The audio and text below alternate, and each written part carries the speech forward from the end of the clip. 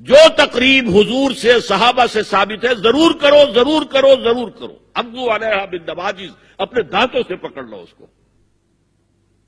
اور جو تقریب ثابت نہیں حضور سے اور صحابہ سے، یقیناً یہ کہیں باہر سے آئی ہے. یا تو ہمارا خاندانی ہم پس منظر جو ہے اکثر تو ہندوؤں سے مسلمان ہوئے. نمبر 1، نکاح مسجد میں. حدیث موجود ہے، ترمذی شریف کی روایت، اعلنوا ھذا النکاح وجعلوہ فی المساجد. نکاح کا اعلان عام کیا کرو، مسجدوں میں منعقد کیا کرو. میں حیران ہوتا ہوں کیوں نہیں علماء کرام نے اس کی طرف توجہ دلائی. عیسائیوں نے آج تک اپنے چرچ کی اور اپنے پادری کی عزت یہ رکھی ہے کہ شہزادے اور شہزادی کی شادی ہوگی وہ بھی پادری چرچ میں آئیں گے. نمبر 2، نکاح کے موقع پر کوئی دعوت طعام نہیں، کوئی ثابت نہیں. دعوت طعام صرف ایک ہے، وہ ولیمہ ہے. اور اس قدر معقول بات ہے، سب باپ اپنے سینوں پر ہاتھ رکھ کر سوچیں اور میری بات سنیں. کیا بیٹی کو گھر سے رخصت کرنے کا وقت جو ہے وہ خوشی کا وقت ہوتا ہے؟ خوشی نہیں ہے وہاں، صرف یہ ہوتا ہے اے سائی آف ریلیف کہ ایک ذمہ داری کا بوجھ تھا، اللہ نے آج پورا کرا دیا، اتروا دیا بوجھ. تو ان سے مرغ پلاؤ کھانا اور متنجن کھانا کوئی معقول بات نہیں ہے.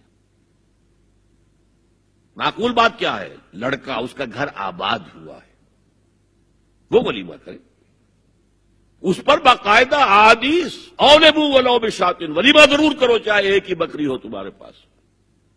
ذبح کرو، کاٹو، کھلاؤ گوشت اپنے دوستوں کو، احباب کو. یہاں تک کہا کہ بئس طعام الولیمہ، برا کھانا ہے ولیمے کا کہ اس میں غریبوں کو نہیں بلایا جاتا.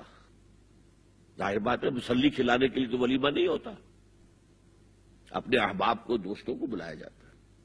پھر بھی میں تم سے کہتا ہوں کہ جسے ولیمے کے لیے بلایا جائے وہ اگر نہیں جائے گا تو اللہ اور اس کے رسول کے حکم کی نافرمانی کرے. تو جس رسول نے اتنی تفصیل سے حکم دیا ہو ایک دعوت کا، وہ دوسری دعوت میں بھی خیر ہوتا میں بیان کرتا.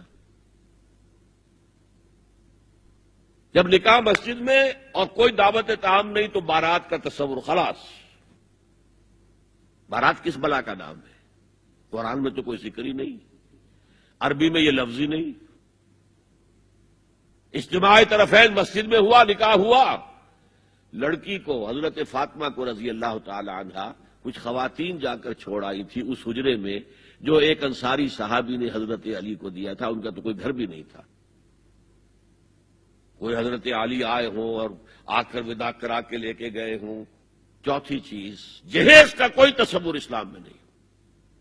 خالص ہندوانہ رسم، خالص ہندوانہ رسم، خالص ہندوانہ رسم. ہندوؤں میں کیوں ہے؟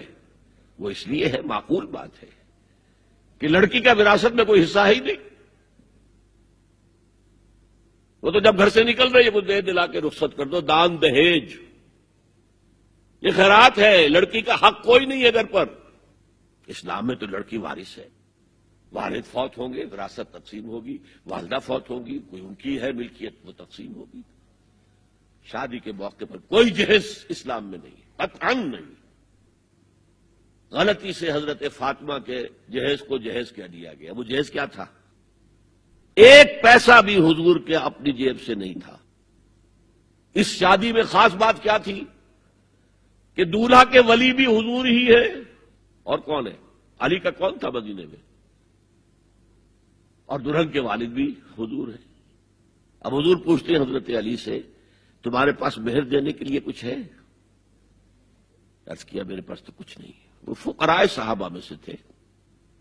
فرمایا مہر تو دینا ہے. تمہارے پاس ایک زرہ ہوتی تھی. جی ہاں زرہ تو ہے. انہوں نے یہ سمجھا زرہ تو جہاد کے لیے ہے، کوئی وہ دولت تو نہیں ہے.